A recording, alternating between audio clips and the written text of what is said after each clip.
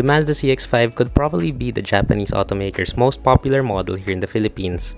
The current generation was first revealed in 2017, making it one of the oldest models in the segment. Despite that, it received an update for this year to keep it competitive against rivals like the Honda CR-V and Toyota RAV4. What we have here is the 2024 Mazda CX-5 2.5 all-wheel drive Sport, and it's priced at 2,050,000 Philippine pesos. As I said, the Mazda CX-5 is one of the oldest models in the compact SUV segment. Despite that, it does not look that way with its updated front fascia that now looks identical to the top-spec all-wheel drive turbo variant with the cleaner bumper design and new front grille, as well as the updated headlights with L-shaped DRLs. That, of course, is built on Mazda's signature Kodo design language, and setting it apart from the higher variant are its black plastic cladding instead of body-colored ones. The side remains pretty much the same as before, but we do get a new set of 19-inch two-tone alloy wheels which give it a sportier appeal. And towards the back, we see that this now has new taillights with L-shaped patterns while the rest of it looks similar to the older versions as well. Opening the power tailgate reveals the usual amount of space you would get from a compact crossover, which means you get plenty. And now we're inside the Mazda CX-5 all-wheel drive Sport, and if the exterior does look a bit different, slightly different from how it was before, this one still looks very similar to when this first came out, I don't know, back in 2018. But everything is all good despite that. It does show its age, but again, everything is good thanks to, for one thing, the interior quality. So everything here does feel very solid, everything feels premium, everything just feels very Mazda, everything feels expensive, and you have this nice soft touch material here in the dashboard. It's not leather, but it is very nice with some stitching over there. This lower portion is also soft touch, and we also have this like faux brushed something wood gray material over here, which also looks very expensive. It's very nice to see. Doesn't feel that good, it's very plasticky, but that does look good anyway. We also kind of have some loads of piano black materials over here, which will get lots of fingerprints and scratches eventually, but it does also help elevate the look of this interior anyway. Then materials on the door panel are the same as the ones on the dashboard. Very nice soft touch, that faux wood brushed aluminum thing, and more leather here for the armrest with orange stitching as well, or maybe brown stitching. That all looks good. The steering wheel is also still the same as before, but it does still look very nice. It's a 3-spoke design and very nice leather material. It does feel very nice, although this material might not age so well, I think, depending on the user. But yeah, this is what they put here. It does feel very nice right now. We do have our controls on the left for our audio system, and on the right for our cruise control. So that's all the controls over there. We have paddle shifters, and our horn here is a very nice European horn. It does kind of sound weird, I think. I'm not sure if it's broken or something, but yeah, it does sound pretty okay. So tilt and telescopic adjustment anyway, so not much, but it will do. Then right here behind the steering wheel, we do have a set of analog gauges on both sides, and in the center a digital display which does show our speed and various information. But I do think that this could use a little bit more color and perhaps more information, because this is very limited. So it only has our trip computer, so trip A and B, our ADAS screen, even if this car does not come with iActive Sense. And then we also have our maintenance monitor, our fuel range, and yeah, that's it. So there's really not much information over here. Then on top of that, over there we have our heads-up display, so it does show our speed, and if you're using cruise control, it will show there as well. And it is very helpful to keep your eyes on the road instead of looking down at the instrument cluster to see your speed. So yeah, I really like having that. And here in the center is really what shows this car's age. So we have this 8-inch Mazda Connect touchscreen infotainment system, and yeah, it does look quite old. So I remember maybe renting out a Mazda 3 in 2017 or 2016, and it had this exact UI already. But yeah, it still does function really well. What I like about this is that it's very simple. So right now we're stopped, so we can actually use it as a touchscreen, so you can access various stuff through the screen. So yeah, over there we have everything, and everything basically what's here right now, that's it. And once we get moving, we will only be able to control it through this knob in the center console and these buttons as well. And once you do get used to it, it's very easy. And according to Mazda, that's because they want you to keep your eyes on the road, and this knob, according to them, will help you do that. So I'm not sure if it really does. Personally, I don't know. But yeah, I guess it does work.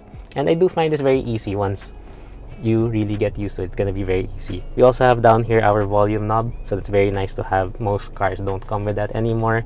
And then we have various buttons here, home button and nav button, even if this car does not come with navigation anymore. But yeah, everything is very easy to use with this infotainment system. Just a bit old, but who knows, maybe Mazda will update this soon. Into the new one, you'll find the Mazda 3 and their other products as well. Then moving down here, we have our dual zone automatic climate control. I really appreciate the buttons. Everything is controlled with buttons and the 2 dials on the side, so I really like that. And it's very easy to use, very simple, no complications here whatsoever. I like that.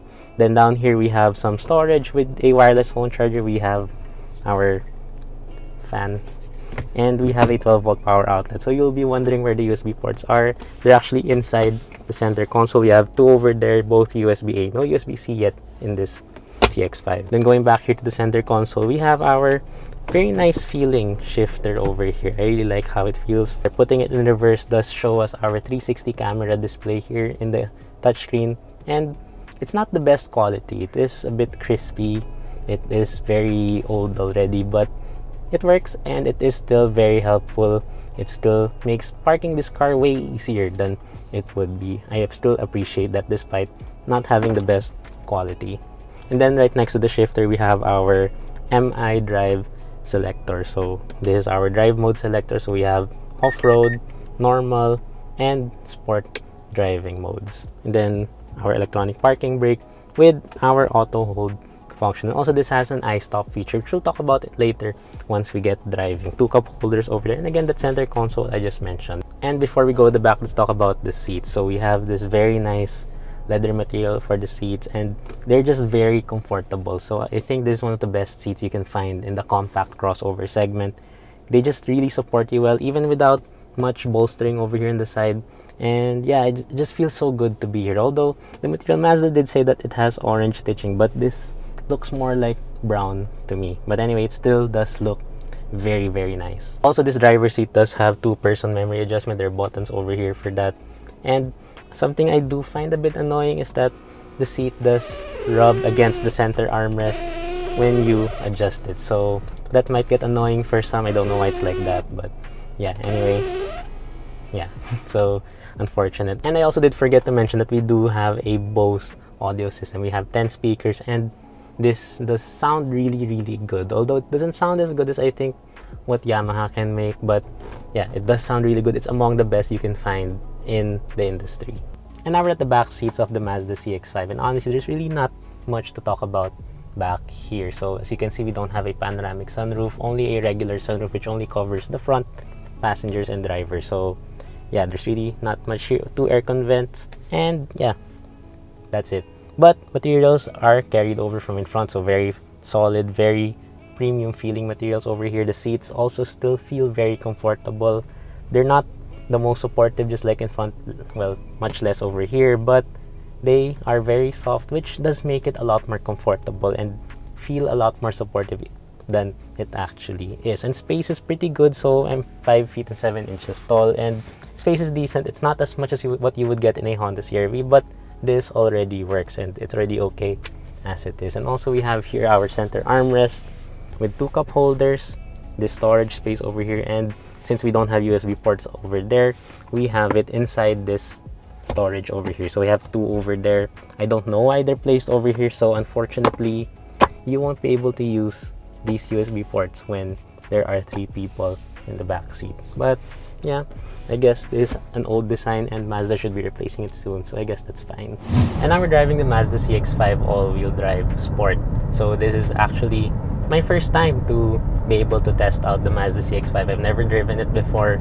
I have driven a couple of Mazdas, but the CX-5 in particular I haven't. Even when my family was planning to buy one, I was not able to test drive this crossover, unfortunately. But anyway, so far I really like how this drives so far. I just like it overall. It just feels different compared to what we are used to with other compact crossovers. Honestly, in this segment, my favorite is the Honda CR-V. It has always been the Honda CR-V, but I think this might have the chance to take the CR-V off my number one to steal the spot from the Honda CR-V. But let's just see. I'll talk about how this performs in every aspect. So anyway, first let's talk about the engine. So this variant of the Mazda CX-5 is powered by a 2.5 liter Skyactiv G naturally aspirated engine that produces 190 horsepower, and honestly I forgot the torque, so it'll just be down there.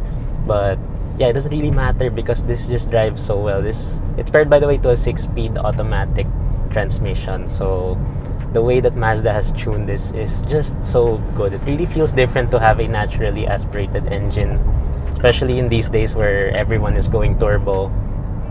I just really love having a naturally aspirated engine instead of forced induction. It just feels more raw. It just feels more precise. It feels more, I don't know, it just feels good overall. And we have again that 6-speed automatic transmission, and in these days now that we have 10 speeds, 8 speed, 7 speed, 9 speed, the 6 speeds in this car is just perfect. So you don't really feel that you are missing any gear. Perhaps in fuel economy you might, but when it comes to just normal driving, you won't feel lacking at all with this 6-speed automatic transmission. Plus the response that it gives you, it's really different from what you get from other vehicles with their 7-speed dual clutch transmission, or any dual clutch at that. So it's just refreshing to be able to drive just a normal engine, just a normal transmission like this.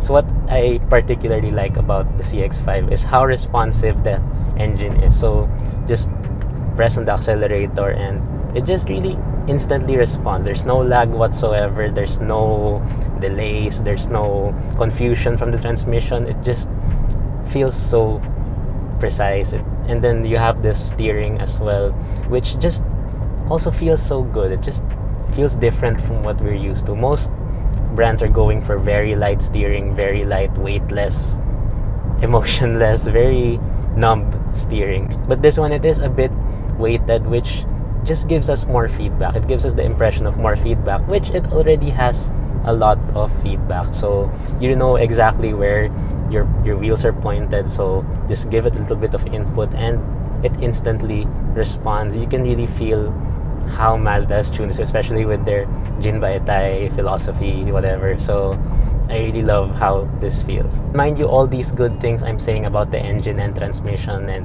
the steering are all despite this car being a bit older compared to its rivals. So Mazda hasn't done much to change the car. They've done some minor tweaks here and there, but yeah, everything is very much similar to how it has been from the very start. So you can really tell that from the very start that they've done a good job in designing this vehicle. And then going back to handling, so when taking corners, you really feel that this vehicle is very planted. So it doesn't really have that much body roll, which you usually get from these crossovers.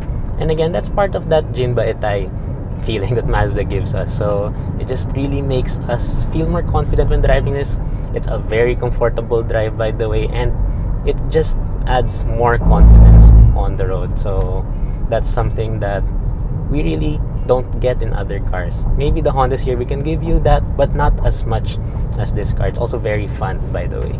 And then for NVH insulation, road noise is kept to a minimum. The road we are on right now, I've tested several cars here already, and they get really loud on this road. But this car, you can tell that it's really well dampened. Even the ride quality, there's portions of this road that are very, very badly constructed, and considering it's fairly new.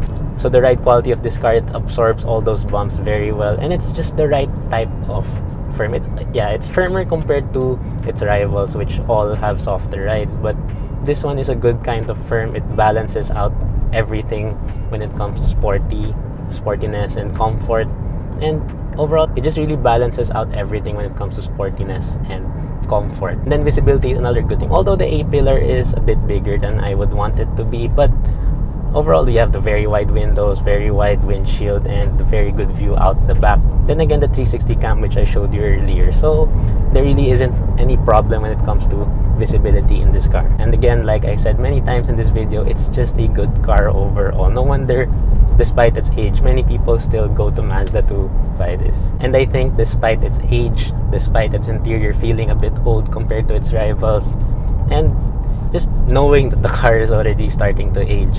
And I think that the driving part still makes this the better choice compared to its competition. And yeah, I just wish that I had one right now, maybe, or for my mom maybe, because I think this car is actually perfect for mothers, and then maybe I would have a smaller Mazda.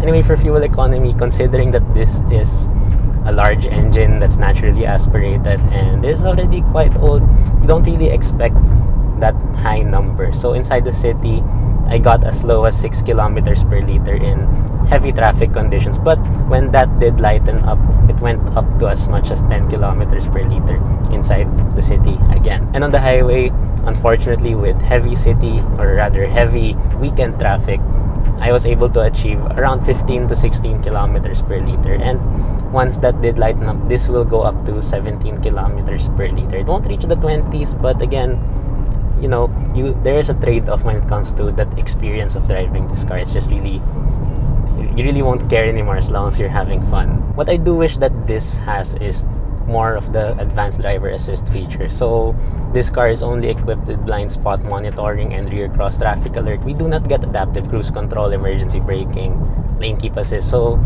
those stuff that most of its rivals already have as standard, especially on their all-wheel drive variants like this one, this does not come with it. So perhaps it's because Mazda wanted to keep the price low. You know, I already told you earlier, it's around 2 million pesos only. So it is on the affordable side. You have to go to the higher variant, which costs about 500,000 more to get those features. But I wish that this already had, especially considering also that other rivals already have their advanced driver assist systems as standard on every variant. But again, to end this video, I think that the Mazda CX-5 is still a very, very, very good choice in the compact crossover segment. Maybe some will see it as a more feminine option compared to other rivals, but I think despite that, it just feels so good. I think that's the reason why lots of women actually like it. I'm stereotyping here, but a lot of women drive Mazda CX-5s. I know a couple who do so. So yeah, but anyway, there's a reason why they like it, and you can really feel it. You should try it out for yourself. It's probably one of the best right now still, even if it's getting old. And maybe, and hopefully, when Mazda introduces us to the next generation, it remains this way.